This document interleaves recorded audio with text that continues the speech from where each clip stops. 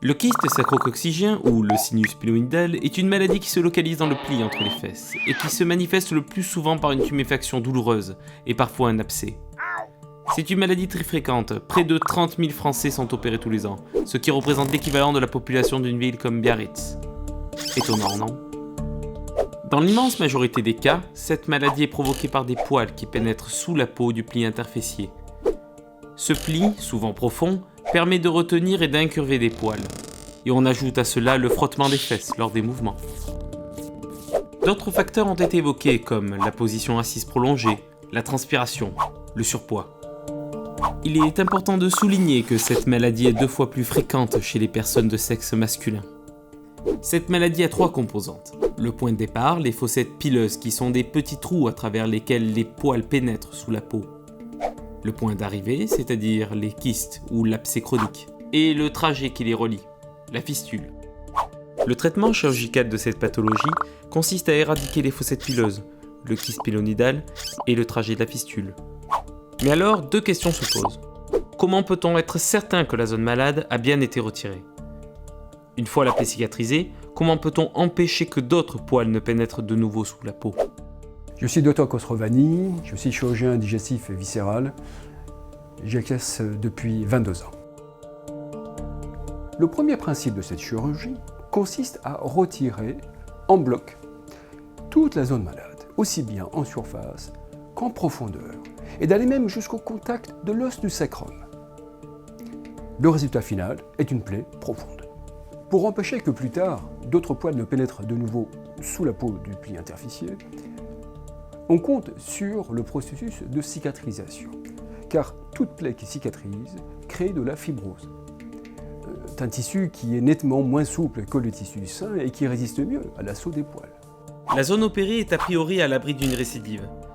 Cependant, il y a un risque que la maladie ne recommence ailleurs, dans une autre zone du pli, car les poils, le pli et les frottements sont toujours présents. C'est ici qu'entre en jeu le deuxième principe de cette chirurgie, qui consiste à retirer d'un seul tenant toute la zone du pli, y compris celle située en dehors de la zone malade, de manière à créer de la fibrose partout et rendre le pli plus résistant aux assauts des poils. Au final, le résultat est une plaie non seulement profonde, mais en plus vaste, et donc impossible à fermer par des points simples. Pour aider à la cicatrisation, on place des compresses dans la plaie.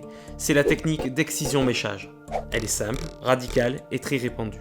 Plus de 90% des patients sont opérés avec cette technique. Mais c'est aussi la technique la plus redoutée par les patients. Car compte tenu de la taille de la plaie, la cicatrisation est lente. La cicatrisation est longue et dure en moyenne 2 mois, avec des pansements quotidiens, souvent désagréables et douloureux, au moins pendant les 10-15 premiers jours. Dans certains cas, pour éviter le grand trou, certains chirurgiens ne retirent que la zone malade et ne touchent pas au reste du pli. C'est une technique que je qualifierais de light, plus simple que la technique des mèches. La plaie est plus petite, donc on peut la fermer par des points. La cicatrisation est plus rapide puisqu'il n'y a pas de méchage. Il y a des variantes de la technique light qui sont encore plus simples, disons extra light, et qui consistent à éradiquer le kyste situé sous la peau, soit par un produit chimique comme le phénol, soit par une source d'énergie comme une source laser. De même qu'il existe une technique d'encollage qui consiste à nettoyer la zone du kyste et à boucher le trajet de la fistule par une colle biologique résorbable. Ces techniques light ont 2 défauts. On n'est pas certain d'avoir traité toute la zone malade et on laisse intacte une bonne partie du pli situé en dehors de la zone du kyste. Contrairement à la technique du méchage, ces modes opératoires exposent davantage au risque d'infection et de récidive. Enfin, il y a un 3e groupe de techniques chirurgicales qui consiste à faire une greffe. En fait, ces techniques viennent pallier les défauts de la technique de méchage. Très sommairement, une fois le pli excisé, comme dans la technique d'excision-méchage, la plaie est comblée par un lambeau de tissu pris juste à proximité sur les fesses. Dans ce cas, il n'y a pas de méchage, la cicatrisation est rapide, en 3 à 4 semaines, toute la zone malade est retirée et tout le pli est traité, donc le risque de récidive est faible. Mais malheureusement, les greffes sont des techniques très invasives et inesthétiques, avec des grandes cicatrices sur les fesses. Pour résumer, la technique des mèches est simple, efficace et universelle. Mais elle est très contraignante en termes de soins post-opératoires et de délai de cicatrisation. En plus, elle est redoutée par les patients. Les techniques de greffe sont efficaces, mais invasives, complexes et inesthétiques. Les techniques light sont moins efficaces et exposent davantage aux récidives. Elles sont à utiliser avec parcimonie sur des patients hyper sélectionnés pour les formes très simples de la maladie. Au final, on se rend compte que face à cette maladie fréquente et bénigne, aucun de ces modes opératoires n'apporte une réponse globalement satisfaisante. Mais alors, quelle serait la technique chirurgicale idéale ? Elle doit être une technique radicale. Elle doit traiter tout le pli interfessier pour diminuer le risque de récidive. Elle doit permettre de cicatriser vite, sans méchage. Elle doit être simple. Elle doit être peu douloureuse et avoir un faible taux de récidive. C'est sur la base de ces critères qu'un nouveau concept chirurgical totalement innovant a été élaboré. Ce nouveau concept respecte intégralement les principes fondamentaux qui régissent la chirurgie du kyste pilonidal. Il s'agit d'une excision complète, mini-invasive à ciel fermé, dite MICE. Minimally Invasive Closed Excision. Cette opération consiste d'abord à retirer tout le tissu graisseux situé sous la peau du pli interfessier avec le kyste et le trajet de la fistule en allant jusqu'au sacrum et jusqu'à la pointe du coccyx. Ceci est réalisé grâce à un instrument très sophistiqué introduit à travers une petite ouverture en haut du pli interfessier. Ensuite, il faut retirer toutes les zones qui sont malades à la surface de la peau, c'est-à-dire les fossettes pileuses et les éventuels abcès percés à travers la peau. À la fin, toutes les plaies sont fermées. Mais le fait d'avoir retiré toute la graisse sous la peau du pli interfessier crée une cavité, un vide qu'on ne peut pas laisser tel quel. Sinon, cette cavité se remplirait de liquide sécrété par la plaie et risquerait de s'infecter. Pour pallier cet inconvénient, c'est très simple. Il suffit de comprimer la zone opérée. C'est fait tout simplement avec un pansement compressif. Mais il faut que la zone opérée soit comprimée une quinzaine de jours. C'est impératif.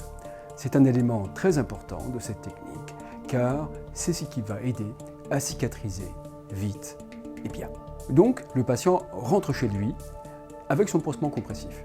Il peut marcher, s'asseoir raisonnablement. Le point remarquable, c'est l'absence de douleur. Cette opération est quasi indolore, ce qui surprend toujours le patient et son entourage. Il faut appeler le patient à la prudence et ne pas tomber dans l'excès. Le pansement est retiré au 3e jour, mais la cavité résiduelle située sous la peau ne cicatrise qu'en une quinzaine de jours. Il faut donc continuer à comprimer la zone opérée. Mais au lieu de refaire de nouveau le pansement compressif, le patient porte un short compressif, ce qui est bien plus confortable. Ce short est fait à base d'un tissu compressif technique, très performant et très confortable. Il contient une prothèse d'un design spécifique réalisée en mousse de polyuréthane qui apporte la compression souhaitée sur la zone opérée. C'est le fruit d'un long travail de recherche, avec plus d'une vingtaine de prototypes développés avant d'arriver au résultat souhaité. Le short apporte plus de confort.